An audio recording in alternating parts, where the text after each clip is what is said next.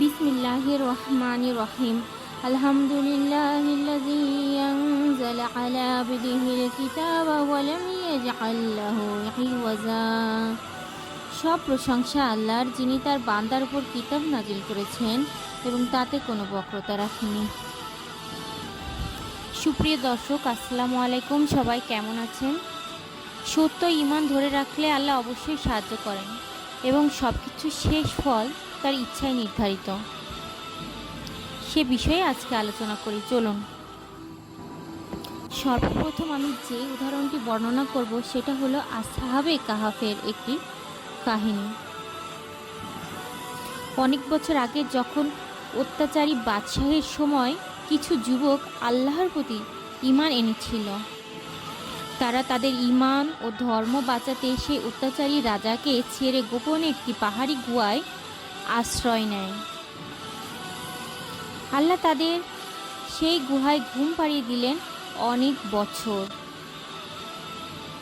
প্রচলিত রয়েছে প্রায় 309 বছর।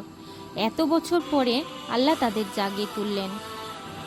তাদের মধ্যে একজন যখন শহরে খাবার কিনতে গেল, কিন্তু দোকানে গিয়ে দেখল সেই মুদ্রা তখন আর চালু নেই। এই ঘটনা আসলে আল্লাহর এক কুদরতের নিদর্শন। আল্লাহ তাআলা বলেন, ইজ আওয়াল ফিতিয়াতু ইলাল কাহফি ফাকালু রাব্বানা আতিনা মিন লাদুনকা রাহমাতাও ওয়া হাইয়্ লানা মিন আমরিনা রাশাদা। যখন যুবকরা গুহায় আশ্রয় নিল, অতঃপর বলল, হে আমার রব, আমাদেরকে আপনার পক্ষ থেকে রহমত দিন এবং আমাদের জন্য আপনাদের কর্মকাণ্ড সঠিক করে দিন। সূরা কাহাফ আয়াত 10। সুপ্রিয় দর্শক, আসহাবে কাহাফের ঘটনা থেকে মুসলিমদের জন্য গুরুত্বপূর্ণ শিক্ষা রয়েছে।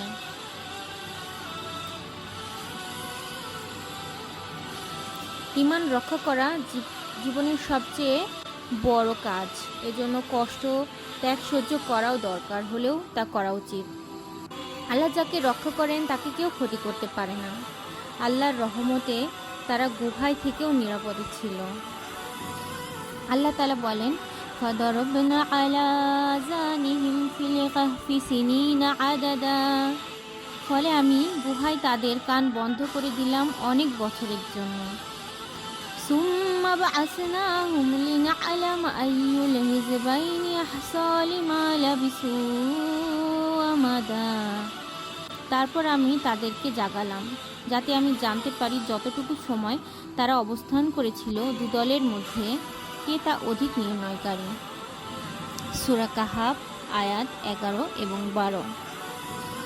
এই আয়াত থেকে বোঝা যায় যে আল্লাহর হুকুমেই তারা দীর্ঘ বছর ঘুমিয়েছিল এবং সেই ঘুমও ছিল এক বিশেষ রহমত ও কুদরতের নিদর্শন। আল্লাহ তাদের জাগ্রত করলেন যেন পুনরুত্থান ও কিয়ামতের সত্যতা প্রমাণ হয়। সুপ্রিয় দর্শক, পৃথিবী অনেক বড়। আল্লাহ পৃথিবীকে মানুষের জন্য অনুকূল করে দিয়েছেন যেন আমরা এতে সহজে চলাফেরা ও কাজকর্ম করতে পারি। আল্লাহ রিজিকের জন্য চেষ্টা করতে বলেছেন। আল্লাহর উপর ভরসা রাখতে বলেছেন, কারণ অবশেষে আমাদেরকে তার কাছেই ফিরে যেতে হবে। এই জীবন ক্ষণিকের, একদিন মৃত্যুর পরে আমাদের আবার আল্লাহর কাছে ফিরতে হবে। এই দুনিয়ার কাজের সাথে সাথে আখিরাতের জন্য প্রস্তুত হতে হবে। আল্লাহ তাআলা বলেন, হুয়াল্লাযী জাআলা লাকুম আরদা যালুলান ফামশু ফি মানাকিবিহা ওয়া কুলু মির রিজকিহি ওয়া ইলাইহিন নুশুর। তিনিই তো তোমাদের জন্য জমিনকে সুগম করে দিয়েছেন, কাজেই তোমরা এর পথে প্রান্তরে বিচরণ করো এবং তার রিজিক থেকে তোমরা আহার করো, আর তারই নিকট পুনরুত্থান। সুপ্রিয় দর্শক, পরিশেষে আমরা বলতে পারি যে এই পৃথিবীতে হালাল রিজিকের জন্য আমাদেরকে অবশ্যই পরিশ্রম করতে হবে। সব কাজে আল্লাহর উপর ভরসা রাখতে হবে। কখনো অন্যায়, হারাম আশ্রয় গ্রহণ করা যাবে না। সবশেষে মনে রাখতে হবে একদিন আল্লাহর কাছেই ফিরে যেতে হবে। সবাইকে ধন্যবাদ। ফি আমানিল্লাহ।